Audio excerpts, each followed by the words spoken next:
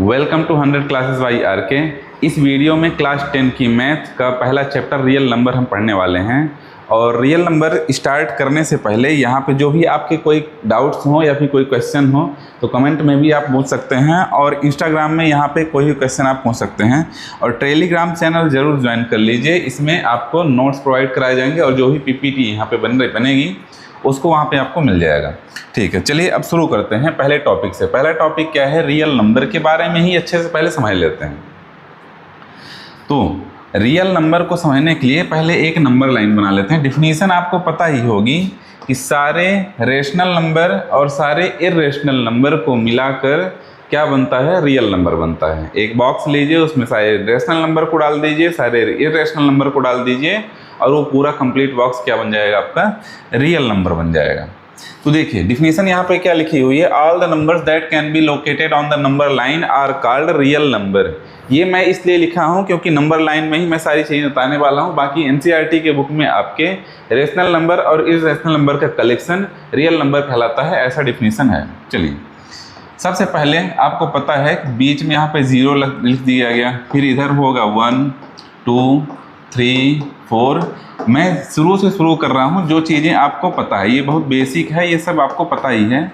ये सारे इंटीजर्स होते हैं। तो अभी नंबर लाइन में जो मैं सारे नंबर्स लिखा हूँ वो सारे नंबर्स हैं इंटीजर्स। 0 के जो इधर नंबर है जो काउंटिंग में इस्तेमाल हम करते हैं, 1 2 3 4 काउंटिंग के लिए जो इस्तेमाल करते हैं, उन नंबर्स को बोला जाता है नेचुरल नंबर। ये नंबर कहलाते हैं नेचुरल नंबर कहलाते हैं। और नेचुरल नंबर में अगर 0 को भी शामिल कर दिया जाए, नेचुरल नंबर में अगर 0 को भी आप शामिल कर दीजिए तो वह बन जाता है होल नंबर।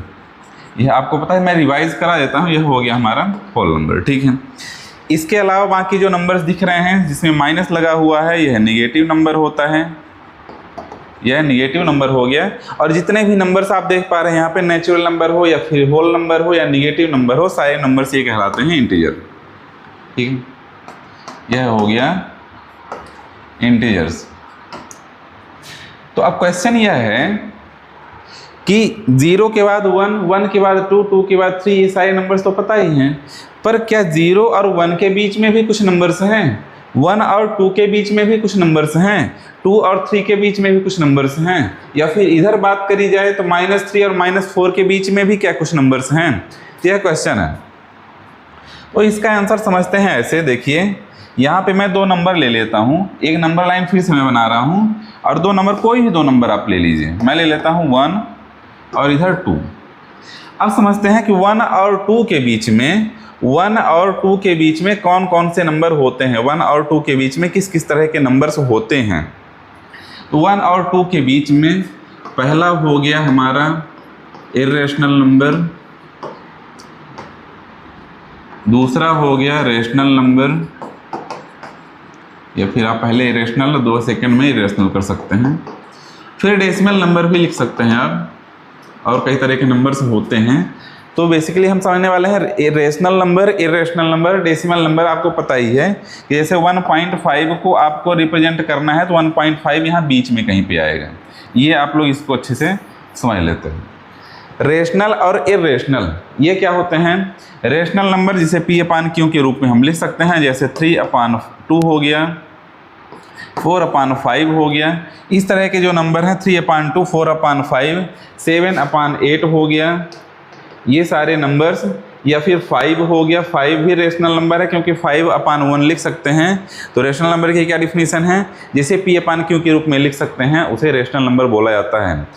इर्रेशनल नंबर क्या हो गया, इर्रेशनल नंबर वो नंबर हो गए जो रेशनल नहीं हो, यानी P/Q के रूप में नहीं लिख सकते हैं, उसे इर्रेशनल नंबर बोला जाता है। एग्जाम्पल के लिए जैसे हो गया हमारा √2 या फिर √3, या फिर वो नंबर्स डेसिमल एक्सपेंशंस में आपने पढ़ा होगा, non terminating non repeating number, non terminating non repeating number जिस तरह कैसे होते हैं 0.1 0 1 1 0 1 1 1, यानी ना तो टर्मिनेट होंगे और ना ही रिपीट होंगे। देख पा रहे हैं, ना ही रिपीट हो रहे हैं नंबर, ना ही टर्मिनेट हो रहे हैं। तो ऐसे डेसिमल एक्सपेंशंस में आपने पिछली क्लास में पढ़ा होगा, ऐसे नंबर्स इरेशनल नंबर्स होते हैं। तो रूट जो ऐसे नंबर्स जिसमें रूट लगा हो, जैसे √2 √3, या फिर non repeating non terminating number irrational number होते हैं। तो अब यहाँ पर देखिए बोर्ड में जितनी भी चीज़ नंबर्स लिखे हुए हैं ये सारे नंबर रियल नंबर कहलाते हैं, ये सारे नंबर रियल नंबर कहलाते हैं। इसीलिए मैं यह डिफिनीशन लिखा था, all the numbers that can be located on the number line.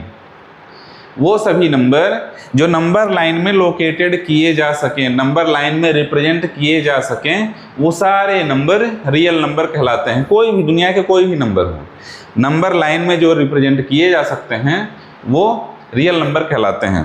पिछली क्लास में आपने रूट, चाहे रियल नंबर हो, रेशनल नंबर हो, रेशनल नंबर या इरेशनल नंबर, कोई भी नंबर हो, दोनों नंबर्स को नंबर लाइन में रिप्रेजेंट करना आपने सीखा है।